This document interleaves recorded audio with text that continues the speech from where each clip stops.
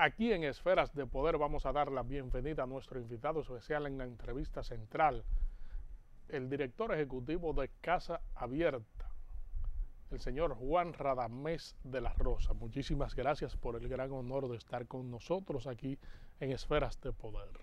Muchas gracias, Federico. El gusto es mío por usted ocuparse de esta institución que tiene muchos años dando su voz y ustedes nos ayudan a que la voz se oiga más lejos. A propósito de años, ¿cuál es el tiempo y cómo van los mecanismos de trabajo en la prevención?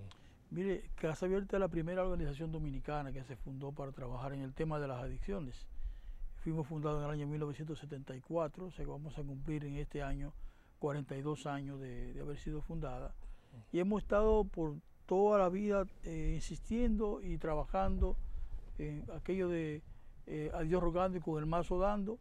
Es decir, hemos estado haciendo nuestra labor e insistiendo en que el Estado dominicano modifique su política de Estado, de que entienda que lo más importante es la prevención como recurso para evitar que las personas lleguen a consumir sustancias y la prevención como recurso de atención a las personas que ya tienen problemas de adicciones. Eso es reducción de la demanda. Si hacemos esto, veremos disminuir el consumo, veremos disminuir los problemas en la sociedad, pero no estamos haciendo eso, estamos enfocados en la represión.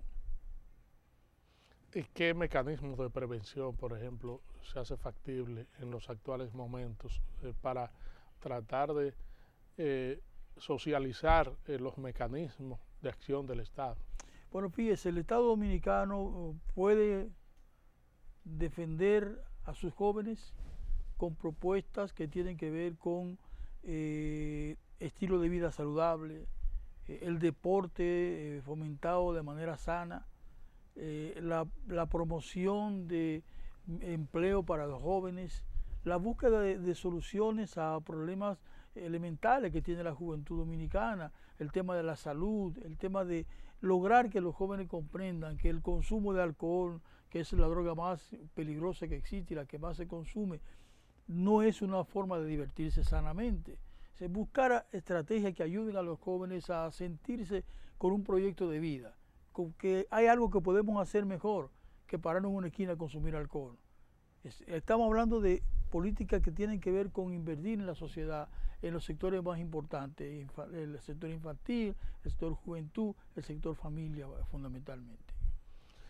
¿Qué tipo de aportes debe compenetrarse entre el Estado y estos organismos que son no gubernamentales para trabajar conjuntamente en los mecanismos de prevención? Ya, mire, Federico, nosotros tenemos las experiencias muy cercanas de países amigos, de países hermanos, donde ya el Estado ha entendido que la sociedad civil en este tema de droga es fundamental, porque allí están las experiencias, allí están los conocimientos, allí está la sensibilidad frente al fenómeno.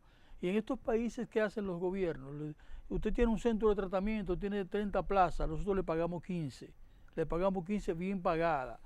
Pero usted tiene que rendir informes y hay una supervisión estricta de lo que está ocurriendo.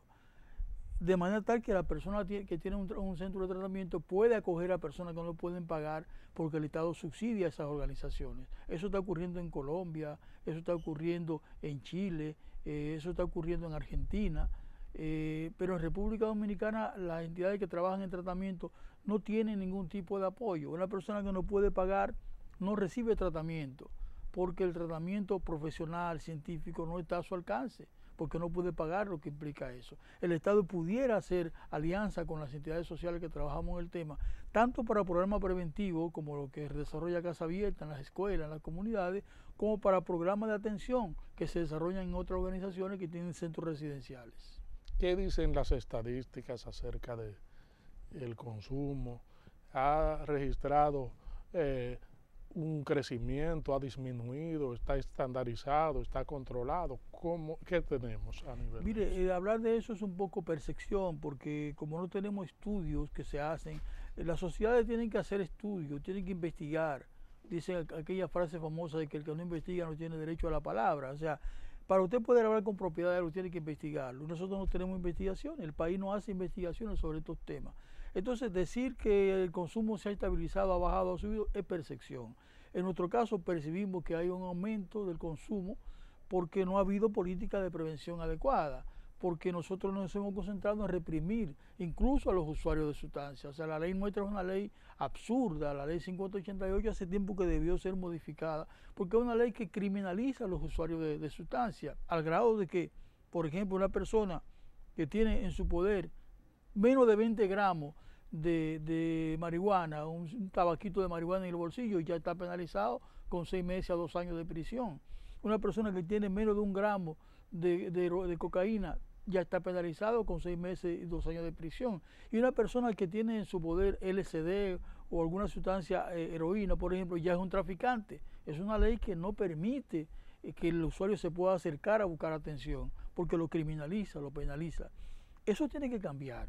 El país tiene que entender que necesitamos política más humana, más inclusiva, que reconozca que hay problemas que deben tratarse médicamente y no policialmente. ¿Hay algún blanco de público en donde se ha analizado su comportamiento y las causas por las cuales han llegado a consumir estupefacientes? Lo fundamental aquí, Federico, es tener en cuenta lo siguiente. Estamos, como dice el lenguaje popular, agarrando el rábano por las hojas. Es decir, nosotros seguimos una política equivocada porque estamos pensando en la sustancia. Entonces, mientras pensemos en la sustancia, no vamos a tener éxito. Tenemos que pensar en la persona, que es lo que es correcto. O sea, las drogas existen porque las personas las demandan. Es un tema de oferta y demanda, es un tema de alguien tiene una demanda y yo la suplo. Como las drogas ilegales son perseguidas, las personas la consiguen fácilmente en las comunidades vía el tráfico ilegal, la corrupción que impera en el país a ese nivel. Entonces tenemos un problema muy serio porque estamos enfocados en la sustancia, cuando tenemos que enfocarnos en el ser humano. O sea, la sustancia prohibida o la ultraprohibición no funciona. Lo que necesitamos es un Estado pensando en el ser humano. Los flancos de público son claros. O sea, si usted educa al niño, al preadolescente, al adolescente, en estilo de vida saludable, si usted lo ayuda a defender su salud, si usted lo ayuda a encontrar formas de recreación sana, ese muchacho probablemente no va a necesitar consumir sustancias. Pero si usted lo deja a libre albedrío, si usted no se ocupa de él, obviamente el consumo va a hacer aparición en esos sectores de población. Las personas empiezan a consumir droga cuando tienen 13, 14 años. Es en esa edad donde tenemos que trabajar previo a ella para evitar que cuando sean jóvenes ya sean consumidores. ¿Cuál es la tasa de recuperación que tienen los jóvenes que se someten a mecanismos de intoxicación de la adicción? Mire, esa pregunta, Federico, es una pregunta que yo siempre aprecio que me la hagan, porque las estadísticas en todo el mundo le muestran a las sociedades que cuando una persona se hace dependiente de sustancias, es muy difícil recuperarle. Siempre tenemos la esperanza de que puede ocurrir, de que se puede, y hay gente que se recupera, pero la tasa de recuperación anda muy bajita en todo el mundo, no solamente en República Dominicana. Hay personas que hablan de un 30%, eso es una exageración. Estamos hablando de que probablemente estemos pensando en un 5%, un 6% de una persona que se recupera, que termine el tratamiento, porque fíjese qué ocurre. De cada 100 personas que ingresan a tratamiento, la gente no sabe esto, no lo entiende bien, la sociedad debe entenderlo. Entran 100 a tratamiento, apenas 5 se mantienen en el tratamiento, los otros 25 desertan. Y de esos 5, 1 se recupera de manera satisfactoria. Los otros 5 tienen recaída permanentemente, los otros 4. Si estamos hablando de una incapacidad del ser humano de manejarse cuando ya es adicto o es adicta. Entonces, las tasas de recuperación son muy desalentadoras, aunque hay que seguir. El ser humano está vivo y mientras está vivo se puede recuperar. Pero obviamente hay que insistir en que lo mejor es no empezar. Porque después que usted empieza a consumir sustancias, usted no sabe si va a ser adicto o no. Pero si se hace adicto, se hace muy difícil que usted se pueda recuperar. Y ese es el mayor problema de las adicciones, que recuperarlo son realmente una lotería. Que una persona se recupere es una lotería, porque no hay ningún programa en el mundo que le pueda decir a usted, con este programa se recupera a la persona satisfactoriamente. Pero esa persona que ha logrado, por ejemplo, desertar, trata de volver a reencontrarse con una realidad más positiva que la que tiene. Las personas que desertan del tratamiento generalmente vuelven al tratamiento, se convierte como un círculo vicioso. Van, vienen, van. Ahora, el que se recupera generalmente sí logra reinsertarse, si la familia lo está apoyando, si la sociedad no lo rechaza, logra conseguir un empleo, logra formarse, estudiar. Muchas veces estudian psicología, estudian otra carrera y se insertan en el mundo. Otros van a ayudar a otra persona con problemas de adicciones. Sí, hay personas que se recuperan y hacen su vida normal. Y eso es importante que también lo sepamos, que tengamos claro que no todas las personas que se hacen adictos a la droga son irrecuperables. Y una cosa importante también, las personas que consumen sustancias no necesariamente son delincuentes, no necesariamente son violentos, sino que muchas veces se hacen daño más a ellos que al entorno en que viven. Usualmente, ¿cuáles son los jóvenes que logran ahogarse en este vicio hasta reincidir? Vamos a utilizar un término de la gente que trata de recuperarse y vuelve. Bueno, las drogas no tienen un tipo de joven determinado, un tipo de persona determinada. Cualquier persona de cualquier sector social, de cualquier condición de vida, se puede hacer dependiente de sustancias. Porque eso está en la persona, no está en la sustancia. O sea, una persona puede consumir toda su vida alcohol y no hacerse alcohólico. Una persona puede consumir toda su vida cocaína, marihuana y no hacerse dependiente. Y la gente, no, eso no es posible. Sí es posible. Mucha gente consume sustancias de manera recreativa toda su vida y no se hacen dependientes. Pero hay otro, y no sabemos si uno es de ese o del otro, que consume una vez marihuana, consume una vez cocaína, consume una vez alcohol y automáticamente empieza un camino resbaloso, descendente hasta convertirse en dependiente. Y eso ocurre en un muchacho de clase media, un muchacho de clase alta, en una persona adulta de clase media, de clase alta, en un muchacho de barrio. O sea, las drogas entran a todos los segmentos sociales y no importa qué tipo de persona sea, se hace dependiente cuando empieza a probar recreativamente y llega un momento que se hace habituado y luego pasa a la adicción, que es el último nivel del consumo. Vamos a solicitar su anuencia para hacer una pausa aquí en Esferas de Poder y en breve regresamos con esta interesantísima comparecencia con el director de Casa Abierta, Juan Radamés de la Rosa. Estamos conversando aquí en Esferas de Poder con el director ejecutivo de Casa Abierta, Juan Radamés de la Rosa. Hay una tendencia hacia el proceso de despenalización del uso de determinadas sustancias, como la marihuana. En América Latina, esta tendencia ha tomado cuerpo en países como Uruguay. Quisiéramos conocer su opinión al respecto. Mire, Federico, Uruguay en los años 70, y en el año que se fundó Casa Abierta, despenalizó el consumo de sustancias. Es decir, ¿qué significa despenalizar? Hay que diferenciar. Despenalizar no es legalizar.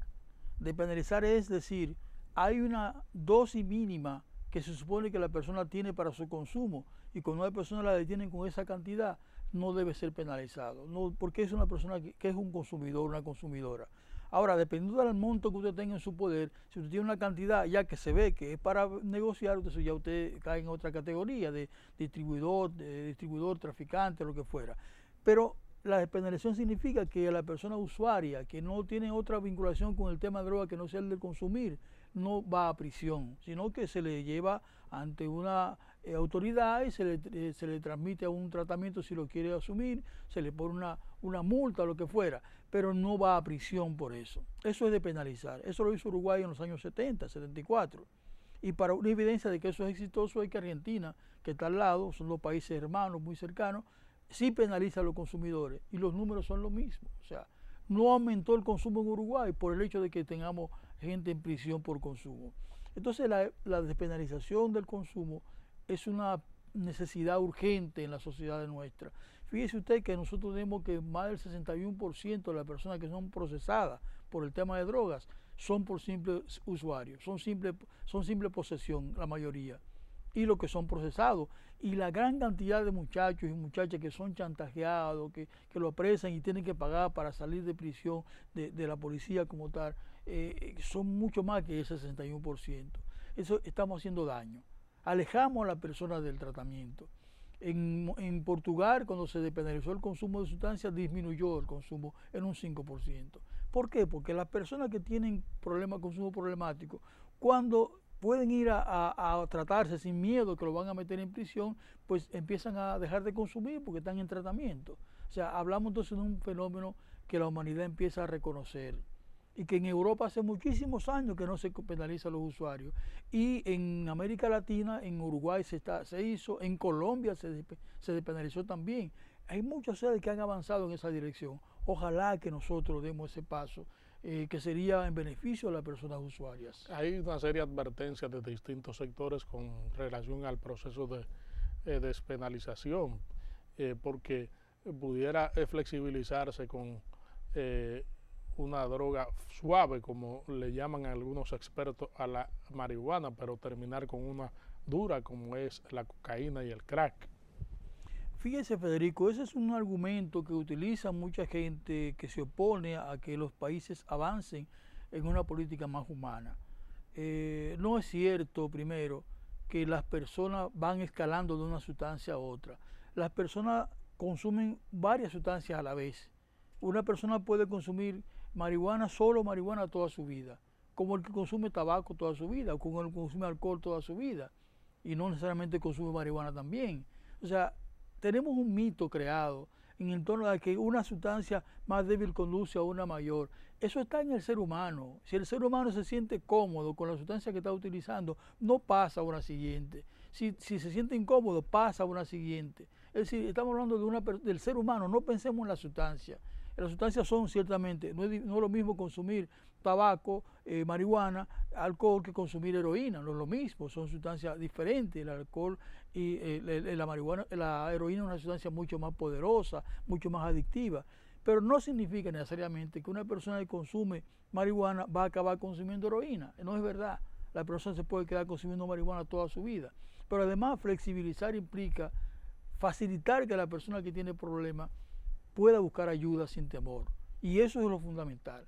No pensemos en la sustancia, pensemos en el ser humano que sufre, en su familia, en sus parientes, que lo meten en prisión por ser consumidor de marihuana o por ser consumidor de cualquier otra sustancia. El problema no es la sustancia, es el ser humano, y tenemos que ser capaces de cambiar el chip, como señaló el expresidente Samper hace poco tiempo. Cambiar el chip significa empezar a mirar a las drogas desde el ser humano y no desde la sustancia, porque mientras hagamos eso, no somos capaces de entender el fenómeno de la droga en el mundo. Hay muchos que se preguntan, ¿se quiere un país de zombies producto del consumo de estupefacientes con la apertura de cierta despenalización en el consumo de estupefacientes, o prevenir y también reprimir los mecanismos que buscan facilitar el uso de estas sustancias? No, fíjese, Federico, justamente es el recurso del miedo. El recurso del miedo ha sido el utilizado siempre en la política represiva. Nos quieren hacer creer que los seres humanos somos incapaces de manejarnos en una sociedad liberal, una sociedad más democrática, más en un estado de derecho. Nos dicen, no estamos preparados para eso. No es verdad. La gente decía aquí, bueno, y una gente que andan colgado una voladora por ahí, gritando, van a ser capaces de montarse en el metro como se monta en otras sociedades, y la gente ha visto que la gente se comporta adecuadamente en el metro. Estamos preparados para cualquier cosa, estamos preparados. Quienes no están preparados son quienes nos dirigen, que siguen viendo el tema de la droga desde el punto de vista de la represión. No es cierto que en Europa haya muchos zombies y en Europa no persigan a los usuarios. No es cierto que Uruguay, un país que tiene por delante toda una historia de lucha y de liberación propia, es un país de zombies porque no persigue a los usuarios. No es cierto. Las personas consumen sustancias porque tienen un problema, una necesidad. Mientras menos necesidad tengan, menos droga habrá en el mundo. Por eso hay que enfocarse en la prevención, enfocarse en reducir la demanda, no enfocarse solamente en la represión, que hay que tener controles sin duda, pero necesitamos más énfasis en la parte de prevención, en la parte de tratamiento, en el ser humano como tal. Insisto en esto, porque tenemos que cambiar la mirada. No podemos seguir diciendo, si no penalizamos, vamos a ser zombies. Es decir, no todos somos ladrones, no todos robamos, porque se pueda robar, todo el mundo va a robar. No, no es verdad. La persona no va a consumir sustancias porque estén penalizadas o no. La persona consume sustancias porque tienen un problema, una necesidad. Lo que tenemos que hacer es que esa necesidad desaparezca. ¿Cómo? Invirtiendo en la prevención, invirtiendo en la familia, invirtiendo en la sociedad como tal. Esa inversión social que tenemos pendiente de hacer hace muchos años y que empezó con educación. El 4% de educación es una inversión importante en el país que tenemos que apoyar y que tenemos que lograr que se desarrolle. Pero para eso tenemos que tener una política más centrada en la persona, y en la droga seguimos pensando de manera distinta. Seguimos agarrando el rábano por las hojas, Federico. ¿Qué necesitan las organizaciones como Casa Abierta para tener un mayor trabajo, mayor efectividad en los asuntos, en los mecanismos de prevención y de recuperación de la juventud que logra llegar allí para tratar de desintoxicarse? La inversión en el país en materia de droga es mínima. Nosotros tenemos una subvención del Estado a través de salud pública que se modifica muy pocas veces, la hemos modificado este año en un 20%, una subvención que es de 1.600.000 pesos mensual, cuando nuestro presupuesto anda por los 13 millones de pesos mensuales, o sea, presupuesto pensando en tener casa abierta en el este, casa abierta en el sur, casa abierta más al norte, y tener capacidad para incidir de manera más masiva en el mundo educativo, en el mundo de las comunidades.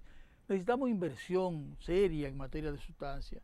Fíjese usted, por ejemplo, en Chile, una persona que está en tratamiento, que no puede pagar, va a un centro de tratamiento y allí el Estado le subsidia su tratamiento. Y le pagan entre $1.000 y $1.500 mensuales a esa entidad que acoge a esa persona. En República Dominicana, usted va a un centro de tratamiento y no puede pagar y no puede entrar. Puede entrar los que son gratuitos, pero los que son gratuitos generalmente son malos, son de poca profesionalidad, no son buenos en ese sentido. Y necesitamos un programa de tratamiento profesional, con médicos, con psicólogos, con psiquiatras, con trabajadores sociales, con gente que apoye, con gente que esté ahí con el usuario, con la familia apoyando. Profesionalizar el tema del tratamiento es importante, eso necesita recursos, necesita que se invierta en el tema. Si el Estado tuviera una política de tratamiento adecuada, habría disminuido el consumo. Si el Estado tuviera una política de prevención adecuada, habría disminuido el consumo también. Pero la política nuestra es solamente represiva, una represión que incluso está muy mediatizada por la corrupción que se produce en torno a ella. ¿Hay algún acercamiento, alguna propuesta sobre los mecanismos de trabajo que pueden mejorar tanto las condiciones económicas de las organizaciones que luchan por la prevención como las gubernamentales que también están imbuidas en la prevención y la represión? Tenemos una gran esperanza en este momento. Las Naciones Unidas va a celebrar en el próximo mes de abril una asamblea, una sesión especial sobre el tema de drogas, a instancia de muchos países que dicen estamos fracasando, no hemos avanzado. ¿Usted en República Dominicana ha escuchado alguna vez un dato que diga que el país ha mejorado? No hemos avanzado nada, seguimos reprimiendo solamente. Entonces hay una sesión especial en abril en Nueva York, en Naciones Unidas, y tenemos la esperanza de que eso sea un punto de partida importante para que nuestro país y otros países del continente modifiquen su política y seamos capaces de entender que mientras no invirtamos en la prevención, en el tratamiento, en la reducción de la demanda de sustancias, en la investigación, en la formación de profesionales, no vamos a tener éxito. Vamos a seguir haciendo lo mismo y, como decía Einstein, si usted hace siempre lo mismo, no puede esperar resultados diferentes. Tenemos que hacer cosas diferentes para que los resultados sean diferentes. Agradecemos su comparecencia, lamentamos que el tiempo haya terminado para seguir ampliando sobre una conversación tan importante como esta y arrojar luz a la población acerca de los trabajos y los mecanismos de prevención del uso de sustancias controladas en la República Dominicana. Esferas de Poder siempre será un canal abierto. Lo sabemos. Muchas gracias, Federico, por su invitación. Gracias a ustedes, amigos televidentes, por habernos acompañado en esta interesantísima comparecencia con el director ejecutivo de Casa Abierta, Juan Radamés de la Rosa. En breve, Esfera Jurídica con la experta en Derecho Público, la doctora María Mercedes Gonzalo, aquí en Esferas de Poder.